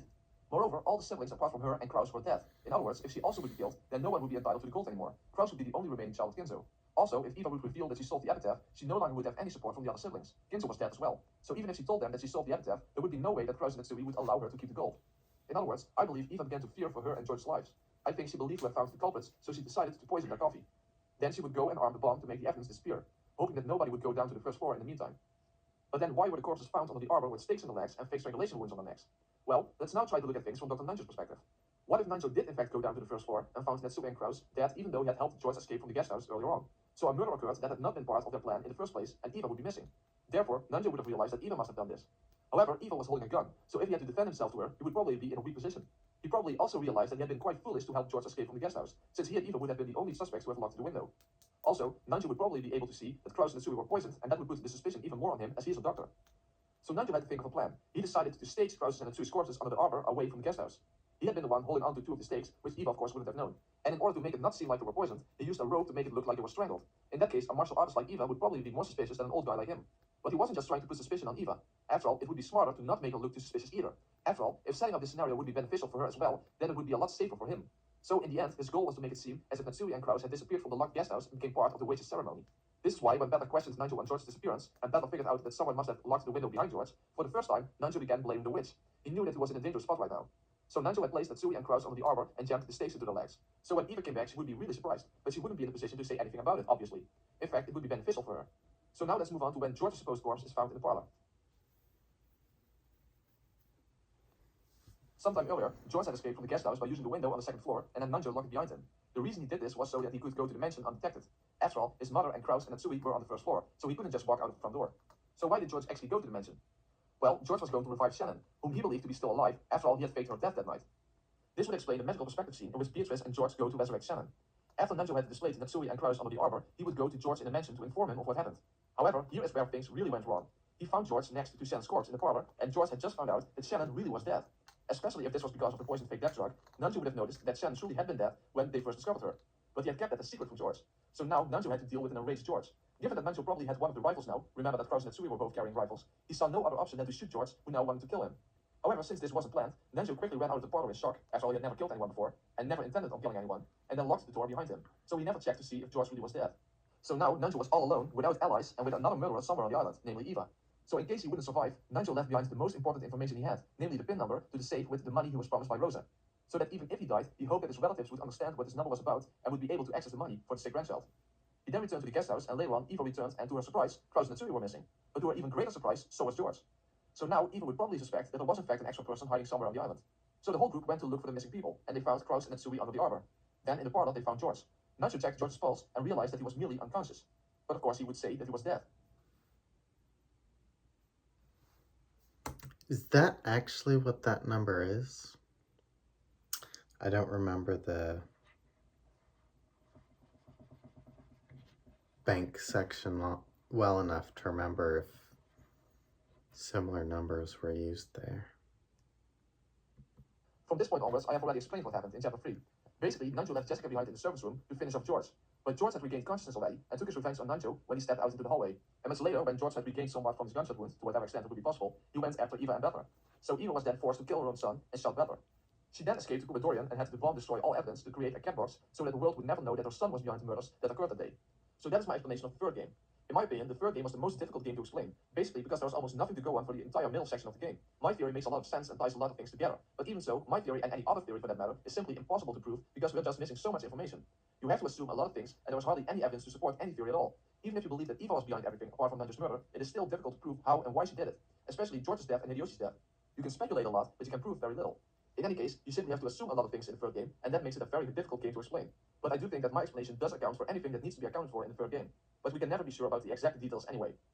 So now there was only one more game to go. If I can explain the fourth game with Rosa and George as culprits, then I have successfully demonstrated that the entire story can be explained with just Rosa and George as the culprits and Nanjo as the only accomplice. And of course Eva as another murderer in the third game. So now let's move on to the fourth game. In my opinion, the fourth game is the easiest of Beatrice's games to explain, since there's very little to explain in the first place. Basically, I can summarize almost the entire fourth game in the following way. The culprits keep most of the family members and servants hostage, call out the kids using the Kinzo has a test for you trick, and then systematically murder everyone. There are actually only a couple of things that need to be accounted for. 1. The appearance of Kinzo at the first twilight. 2. The mysterious calls to the guest house by Kraus, Jessica, Kyrie, and eventually Beatrice herself. 3. The appearance of Beatrice to Pepper, but already explained of course. 4. The close room murder of Koda and Kumasawa in the garden shed. 5. The absence of Ken's corpse, which I also already explained. And 6. Why everyone, including the culprits, are dead apart from Butler at the end of the game. So let's begin with the first twilight. The appearance of Kinzo was basically already solved by Butler at the end of the fourth game. The new head of the family is the new Kinzo. In other words, Rosa is the new Kinzo. Now some people may object that there are also some bad statements concerning people only being able to use their own names in the sixth game. However, if we regard the inheritance of Kinzo's name as a title instead of a replacement for one's name, which makes a lot more sense by the way, then there is no contradiction. Kinzo means something like goldsmith or gold storehouse. Basically, you should regard it as a title along the lines of president or king or whatever. It is not a replacement for your own name or even a second name. So that Why? resolves any apparent conflict. After all, titles are allowed since some people already have titles. For example, Rosa is the president of her own corporation, and so is Rudolph. So basically what happened at the family conference was that everyone acknowledged Rosa as the new Kinzo. But what led up to this? Because this doesn't happen in any other games. What I believe happened in the fourth game is that Rosa had to use her own contingency plan. Just like George had a backup plan which he used in the fifth game, Rosa had some sort of backup plan as well, at least to some extent, since the fourth game comes a bit across like being improvised. Kraus and Itsui were no longer capable of hiding the fact that Kinzo was already dead. The other family members were onto them and would not rest until their father would show himself or that Kraus and Itsui would admit that they had been hiding Kinzo's death. Since this would inevitably disrupt Rosa's plan to sneakily set up murder scenarios, as she had planned, she decided to come clean herself and reveal that Kinzo had made her the new family head before he died and probably used Kinzo's ring as proof. Of course, she had no intentions of breaking off a ceremony. Only the epitaph could prevent that from happening. So she and Nanjo both drew a gun. Rosa probably did kill some people at this point, so that no one would retaliate. So then, Rosa and Nanjo took everyone into the tunnel system under the island and kept them locked up there. But before that, Rosa had to give the appearance of magic to Butler and get him and Jessica out of the guest house. So she forced Kumasawa and Goda into making up a story of a magical shootout in the dining hall, acted out by Kinzo. She would probably inform them that she had an accomplice in the guest house as well, so that they would not come clean after they were out of sight. Moreover, the lives of the other family members and servants were in their hands, so they had no choice but to cooperate. This is what Will's solution refers to. Illusions to illusions. Tales woven by the cold truth return to illusions. It is pressed on Butler to believe that something happened that actually didn't happen. Contrary to the other games where magic is merely implied by the circumstances, in this game, Rosa has it done by witnesses that tell Butler that they saw magic. In other words, to make Butler believe in the existence of magic on the basis of other people's testimony. This is not merely done by Goda and Kumasawa, but later in the game by forcing Jessica and Kyrie to lie on the phone to Butler about magic. So at the second twilight, Jessica and George both left the guest house, and I believe that it was George who then forced Jessica to call Butler from a room. That's how Jessica quote-unquote knows about George having been killed. Afterwards, George killed Jessica. At what exact point George himself got killed, I cannot be sure of, but I do believe that he is the one who killed Goda and Kumasawa in the garden shed. But let's move on to the third murder scenario first.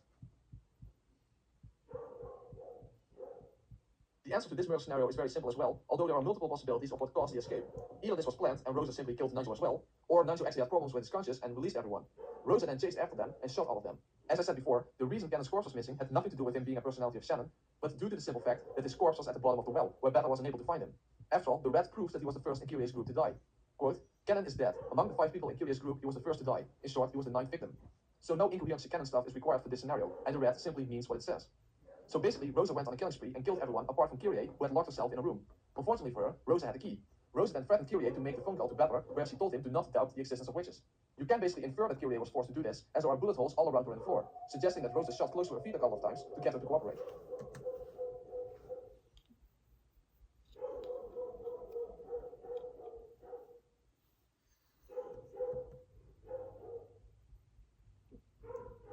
So now we are at the final closed room scenario, and the only one in the fourth game.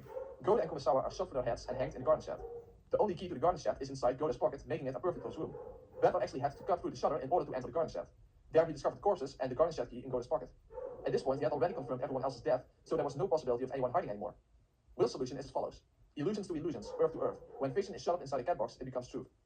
This confirms, in my opinion, the solution that I have given in my original Umineko Explained video, and also proves that George's involvement becomes necessary to explain this scenario. Here is that solution. Jessica and George and Butler were told to lock up Goda and Kumasawa in the garden shed. Then, George threw the key through the open window, which Goda then picked up. This is the fiction part, however. In other words, the culprit needed the garden shed key to later kill Goda and Kumasawa, yet he had to leave it behind in the shed as well to create a closed room murder. So this is my blue theory. George didn't throw the actual garden shed key through the window, instead he threw in another random key with a label switch. He later returned with the real key to kill Goda and Kumasawa. Now there is a difficulty here with whether or not the actual garden shed key was found by Pepper when he forced his... This is a valid explanation, though my explanation's way cooler. Not gonna lie. to the garden shed when he discovered Goda and Kumasawa's corpses. Because Will's solution seems to suggest that fiction was placed inside the shed, but that it became truth due to it being a cat box. Namely, is the key real or false? But it is pretty difficult to explain how George could have left the genuine key behind in Goda's pocket. In my original Umineko Explained video, I made a false assumption, namely that the shutter was an electric shutter, so that when you use the key to set it to lock, it takes some time to close, and if George had acted fast enough, he could have quickly slipped the key into Goda's pocket and then roll out under the closing shutter. However, this is not the case at all. It is not an electric shutter. The way the shutter functions is that you manually put it down completely and unlock it from the outside. So the only thing I can think of is the window. After all, Battle never actually checked the window to see if it was locked. It is a general theme that windows cannot be locked from the outside, but that doesn't mean that they cannot be closed from the outside. There's a difference between merely shutting a window and locking a window. So the window could have been closed but left unlocked. And in case the window would not be big enough for George to squeeze through, he could simply have used a wire to place it in Goda's pocket and then close the window but leave it unlocked. But if it's okay that the key Battle discovered was not the real garden shed key, but instead the key with the switch label, then there would be no problem at all, of course. However, Will's solution does seem to imply that the key that Battle found was the real one. Another thing that I want to add here is the following. Was it ever likely that Cannon could have committed this murder? Could she really have hung Goda from the ceiling? Someone who is constantly referred to as big and heavy, when Cannon couldn't even carry bags of fertilizer in the first novel. But it would be a quite different story for a martial artist like George. I also don't see how you can explain this scenario without George's involvement, since he was the one who threw the key through the window. And Goda throwing the key back out for the killer is also not that likely. Moreover, in what sense then are we dealing with fiction shut up inside a cat box? So now all that's left to explain are the deaths of George, Maria, and Rosa herself. In case of George's death, I think it's simply that he was supposed to meet up with Rosa under the arbor, and there Rosa shot him in the head. And that's where Battle found him before his big confrontation with Beatrice on the balcony of the mansion. If she was a good shot, she could have simply shot him from a distance while staying out of George's sight. Because that would have been a lot safer at least. But there really isn't much more to it than this. After Battle found George, he met up with Rosa at the mansion, who was wearing a pretty simple Beatrice disguise. Here Rosa tried to have Battle confess his sin against Shannon, but Battle couldn't remember. Since Rosa carried the burden of Shannon's love for Battle, she wanted Battle to understand, but he didn't. Then everything was over for Rosa. She would leave Battle as the only living person on the island to die in the explosion. So she went to arm the bomb past midnight, so that it would explode in 24 hours. Then she went to get Maria at the chapel, and then took her to the dining hall. There she poisoned Maria, and afterwards shot herself in the head. Now when it comes to the fact that Battle didn't find a gun, there was no reason that I couldn't appeal to the same trick as Shannon supposedly used to kill herself in the sewage room. After all, it would be quite hypocritical for people's initial explanation to believe that this is how Shannon killed herself in the second game, but to object when I used the same trick to explain Rosa's suicide. Even so, there could be another reason why the gun wasn't found. Rosa could simply have fallen on top of it as she had been holding the gun under her chin. Remember that half her head was blown off. And if you want to use a really horrific explanation, then we could hypothesize that Maria actually died after Rosa. In other words, that Rosa gave Maria the poison to use herself, and then told her to hide the gun somewhere after she shot herself. I think that goes a bit far actually, but the point is that there are multiple ways to explain the absence of the gun. As you could have seen in the quote from the interview that I showed when explaining the second game, the official explanation of Shannon's death in the fourth game was that Shannon killed herself next to the well, meaning that the gun would have fallen down the well. The clue to this again would be that there was no stake inside her body. The stake is lying next to her body. However, this is pretty inconsistent. Dr. Nanjo is also lying there, and there was no stake in his body either. So did he also commit suicide the same way as Shannon? Why on earth would he do that? And one could even argue that the red truth about Genji, Kumasawa, and Nanjo not being killers would even apply to killing themselves. So saying that Dr. Nanjo killed himself is at least difficult to explain, even if it's only about why you would do that. And if he didn't kill himself, if you suppose that he was simply shot by Shannon, then the fact of having no stake inside your body shouldn't be considered a clue in the first place. In the case of Rosa and Maria, suicide actually makes sense. Rosa first gave her daughter an easy death instead of blowing her face apart. Then, next to her daughter's corpse, she committed suicide. That makes a lot more sense in my opinion, especially if you consider that you need to explain Maria being poisoned next to her mother's corpse if you have Shannon as the culprit. But I already discussed this in the chapter on Who is Beatrice. And then, finally, Battle remains as the only survivor on the island. And when it's midnight, Battle dies as well in the explosion. Game over. So, now it's all over. Here ends my explanation of the murders of Umineko. I've explained all three factors, the whodunit, the howdunit, and the whydunit. I have demonstrated at the very least that another explanation exists inside the cat box apart from the official explanation.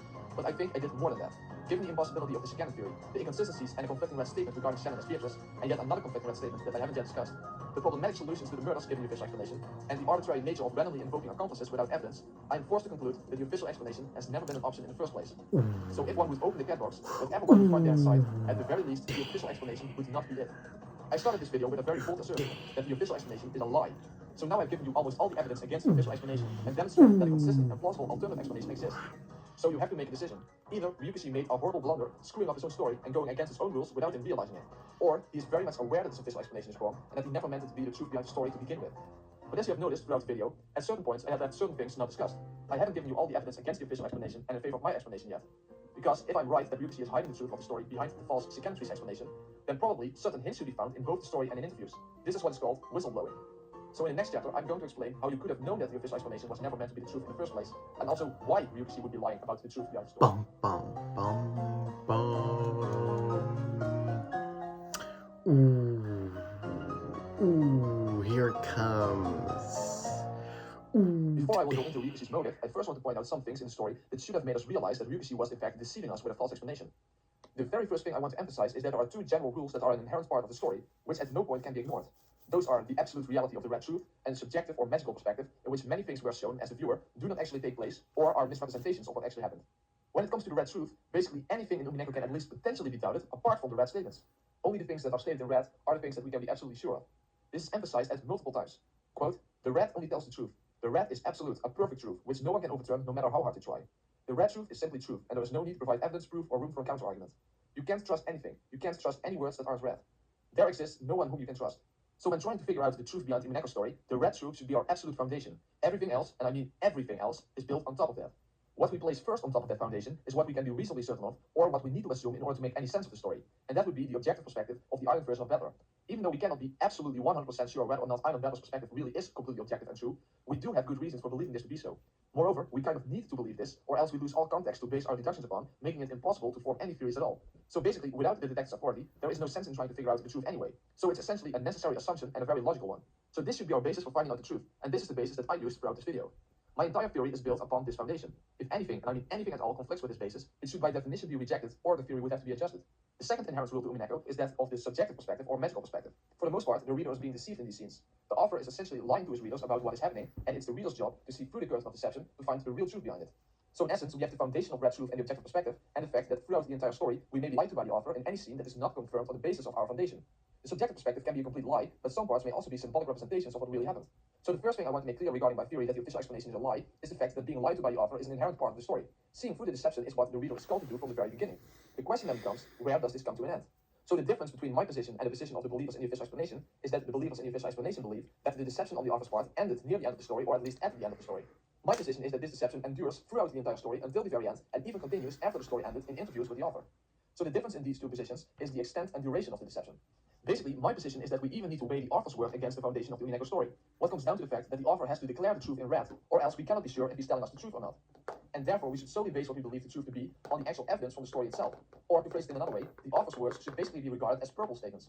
They may be absolute truth like the red, since he's the author, but if he's a deceiver, then even though his words may seem like absolute truth, he is basically allowed to lie, if you know what I mean. The position of the believers in the official explanation. Oh my gosh, is he claiming that Ryukishi is a murderer?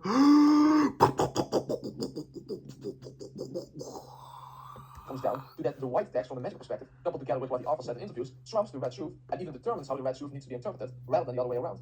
And by doing that, you are basically setting yourself up for being deceived, because you lose the objectivity that is given to you as a rule in the story, and even a game designer needs to play by his own rules.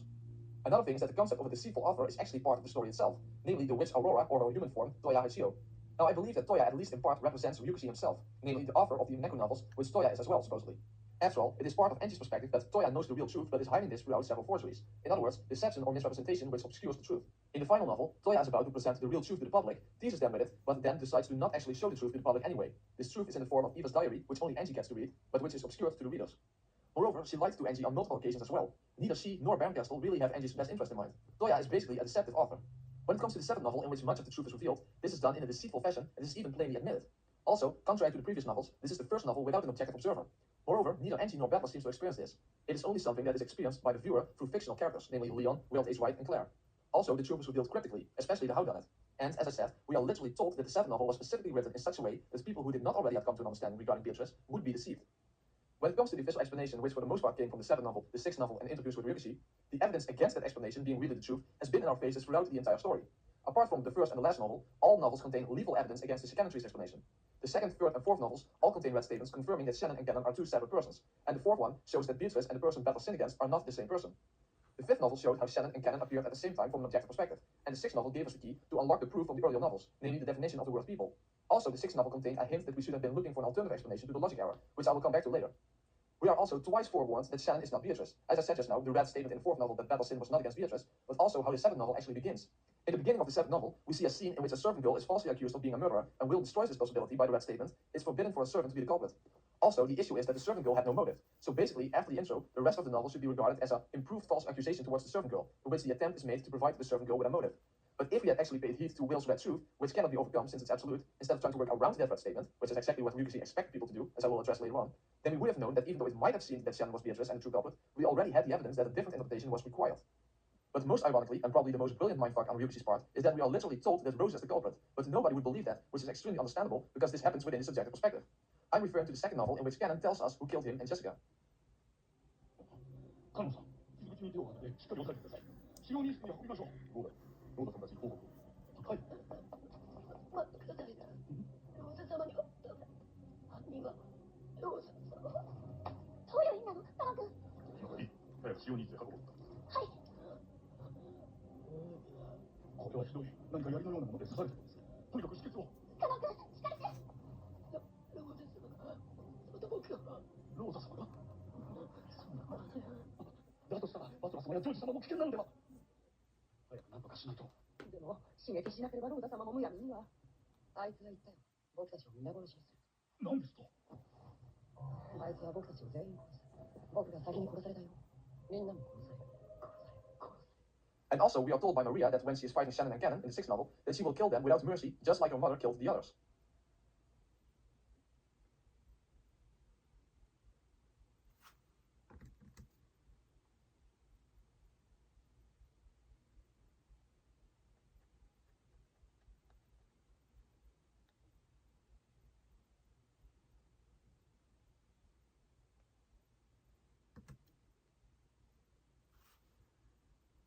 But then there were also discrepancies between the novel and anime versions. Now many people seem to believe that Studio Dean basically just made certain mistakes, but that's not what Ryukishi said. He said the following, quote, "Will people be able to enjoy the fun of speculation in the anime and manga versions too?" To which Ryukishi replies, "Of course, I have been supervising those very carefully. In Higurashi, there were some problems with presentation, and they were allowed to do as they pleased in certain areas. But this time, I've been checking very carefully to make sure there are no misconceptions in the presentation this time. So I think people will be able to significantly enjoy speculation in those as well." So Ryukishi says that he has been supervising the anime version very carefully. Now I want to direct your attention again to what Ryukishi said regarding Shannon's supposed suicide. Quote, "And while the other dudes in the room were actually pierced by the stakes, Shannon was not, and that's why you can imagine her being the last to die in that room, because there was nobody left to insert the stake into the gun wound. So Shannon was not pierced by the stake, and this was one of the biggest hints towards Shannon being the culprit. And Ryukishi has carefully supervised the anime version, but in the anime version, Shannon is most definitely pierced by the stake.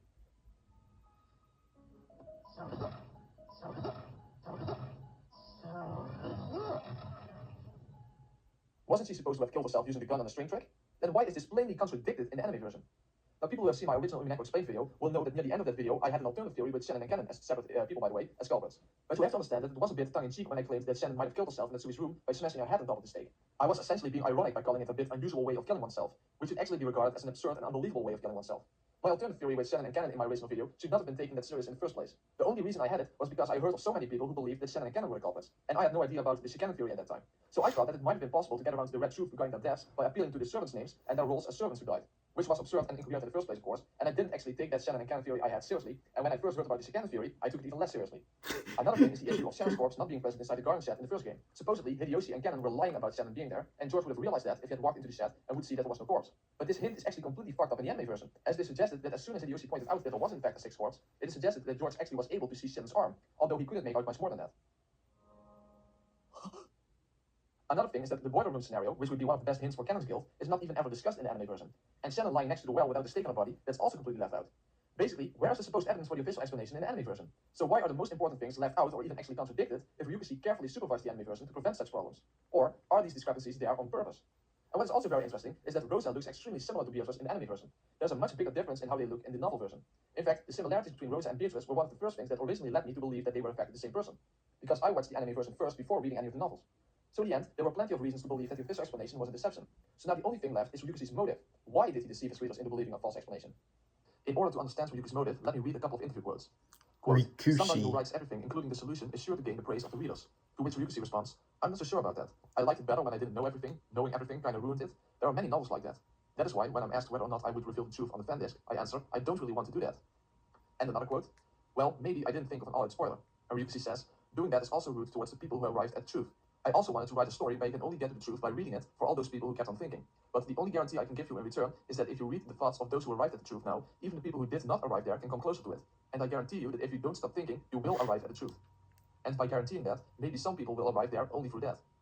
And another quote, the people arriving there have arrived because they thought about it. And wouldn't it be inexcusable towards those who have actually put effort into arriving at the truth to just give the answer to those who didn't arrive because they did not think about it?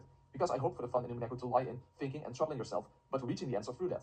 I did not create something like a solution section in a riddle book, where you can look for the answers just by opening them. And I think even if I told the people who did not come through the who, how, and why, they still would not understand. And yet another quote, I might have said it during interviews again and again, I absolutely never wanted to do a story where you could just fill in a solution via copy and paste. You said that many times after we had our discussions after the main arcs. Because this is the internet age, somebody could just upload a clear screenshot. Or if not that, just copy and paste the answer all over the place. People seeing that would just say, is that so? And dismiss the whole story with that. And that wouldn't be fun at all. That's why I created a way to reveal everything in a way that would not be copied and pasted. To those who think about it clearly, it all becomes clear as daylight. I would like it to become a word for which you can say that again and again, even after some years have passed. But for those who expected there to be a clear answer at the end, it might have been quite a surprise ending. But for me, it had already been decided from the start that there would be an ending like this. And yet another quote, I'm glad that was criticism, but there are also things I needed to protect. Those were the people who actually gave their best and arrived at the truth in the end. I think I need to protect the honor and hard work of those people at all costs. After all, it is impossible to create something that gains no criticism at all. And the next quote, but as I've said before, I don't want to go and say X is the answer, like I did in Igarashi. After all, Umineko is a thinking game, and I want everyone to enjoy discussions. In a puzzle book, if the answer is written on the next page, your thinking stops the instant you see it, right? I am aiming to release the answers in a way that will make those who have reached the conclusion know that they got it right, and yet give only a hint to those who don't yet understand the answer. For example, if we presume that the answer to a riddle was apple, then when we turn to the page and see something round and red, people who thought the answer was apple will think, ah, just what I thought, and have their reasoning confirmed. And for people who didn't know, it becomes a hint. What is red and round? This is the approach I'm aiming for. And the final quote, this kind of work is most fun when you're confused. This time there will be a harsh trap. And while I believe those who have in some way penetrated to the core of the story won't get tricked, those who haven't will probably think, huh? I wish I could say more, but I can't. Let's try to think about this from Ryukishi's position for a minute. Here we have a guy who has pretty much made the longest and most complicated and most brilliant detective mystery ever, and he is rightly afraid of spoilers. In other words, that people can simply copy-paste the answer all over the internet. Ryukishi also rightly makes a distinction between readers who have really thought things through, and people who just sat back and wanted the story to explain itself in a way. I myself am in the process of writing a mystery novel, and I can completely understand this problem. After all, if you put all the answers in the final chapter of the book, like in And Then There Were None, then people will get near the end and think, damn, I don't understand it, let's see what the answers are, and then have the truth simply revealed to them, even though they don't, quote-unquote, deserve to know the answers. I mean, it sucks if people actually get to understand the mystery when they haven't truly worked for it. And I believe that this is what Ryukishi's motive for giving a false explanation came from. Couple the foundation of the story together with the fact that deception is an inherent part of the story. Add to that the fact that Ryukishi only wanted the quote-unquote true detectives among the readers, so to say, to know the truth. And I think we have found the reason why the official explanation is impossible, implausible, and incoherent, while in fact a coherent and plausible theory does actually exist in its place. So Ryukishi was protecting the cat box from being opened by people who would fall for a deceptive explanation for which lethal evidence against it existed throughout the entire story. So basically, if you could not see through that deception, then you would be left with basically a gold truth that Shannon is the culprit and the same person as Yasu, Beatrice, and Canon. And making this deception work was actually pretty easy because many readers themselves would make it work. After all, it is the problem that I talked about earlier of not having the red as your foundation, but instead having your belief regarding the truth determine how the red should be interpreted. For example, regarding the red truth that a servant cannot be the culprit, people would just come up with all kinds of ways that it wouldn't apply or could be reconciled instead of taking it as a warning. Ryukishi even was really smart how he phrased it when Kia asked him about this statement. The one Van Dyne rule I painted myself about, which actually appeared in red, was, it is forbidden for servants to be the culprit. Is there a game board to which it can actually be applied? To which Ryukishi responds, I actually inserted that red to test whether a player had understood the true culprit in the fullest sense. People who did not understand would clearly be misled. So viewers did exactly what he expected them to do. They would say things like, nah, it doesn't apply to any game board, or nah, it means Shannon's Beatrice's personality is the actual culprit, or Shannon solved the epitaph and is therefore not really a servant, or it's already clear that Shannon is the culprit, so it doesn't apply in whatever way. And the same goes for the red statement regarding Shannon's and Cannon's deaths in the third game. People will say things like that Yasu can kill her personality and stuff like that. So it wasn't difficult for Ryukishi to deceive his readers, since those very readers themselves helped along in the deception. Another interesting thing is that Will actually already figured out most of the truth, apart from the details on the why done it, before he even came to the island. But he was completely oblivious to Shannon and Cannon supposedly being one person, as we see in the scene where Shannon suddenly acts really weird, when she's supposed to get Cannon because Will wants to talk to them both at once. Of course, Shannon and Cannon are not the same person as Leon anyway in that world, even though that would have to be true given the official explanation. But it's not like Will is trying to trap Shannon or something. He seems to truly be oblivious to the fact that this is supposed to be an issue. And he himself offers to not make a big deal out of it. But what was really brilliant in my opinion is that Ryukishi actually gave us a hint that an alternative explanation to the logic error was required by not allowing the blue truth that the seals on the windows of the next room over were broken at the time of the logic error. The letter blocks that blue truth. Basically, we are told that it is not allowed to use that blue truth. So you need to explain the mystery without it. So if you would have taken that as a hint, anyone could have realized that there was in fact an alternate explanation. But now there is probably a question on everybody's mind. Namely, if the official explanation was a deception to protect the cat box, then what about Umineko our confession? Why does it even exist then? Doesn't it reveal that Shannon, Cannon, and Beatrice are the same person, and also explains many of the tricks, and that there were in fact many accomplices? Or does this little booklet actually serve a very different purpose?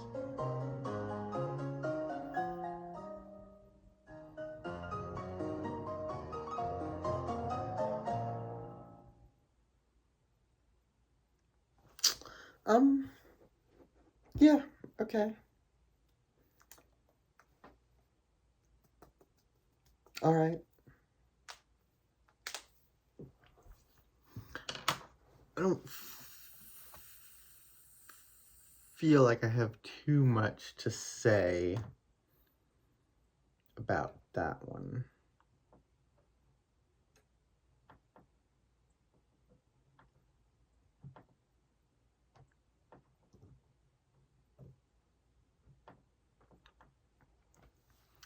I disagree with Ryukishi's interpretation that giving the answers is somehow insulting to people who figured it out themselves or whatever.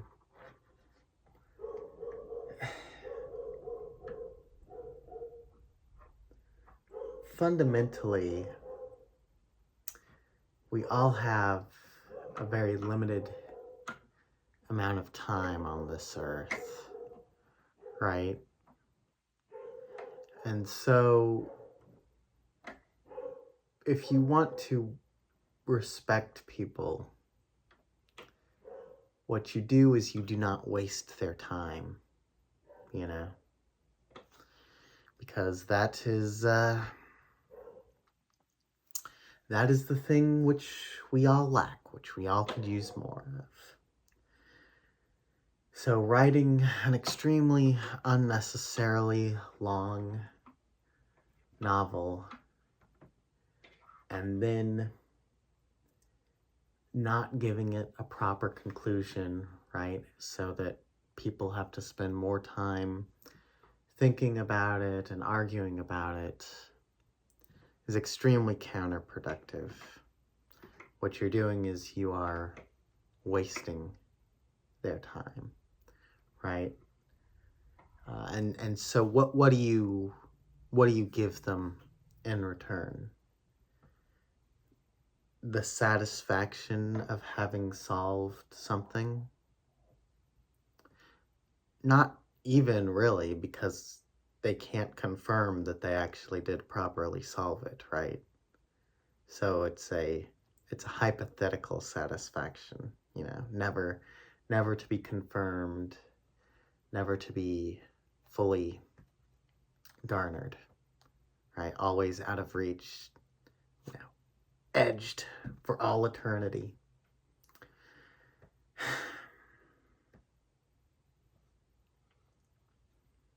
But yeah, that's how I feel about that.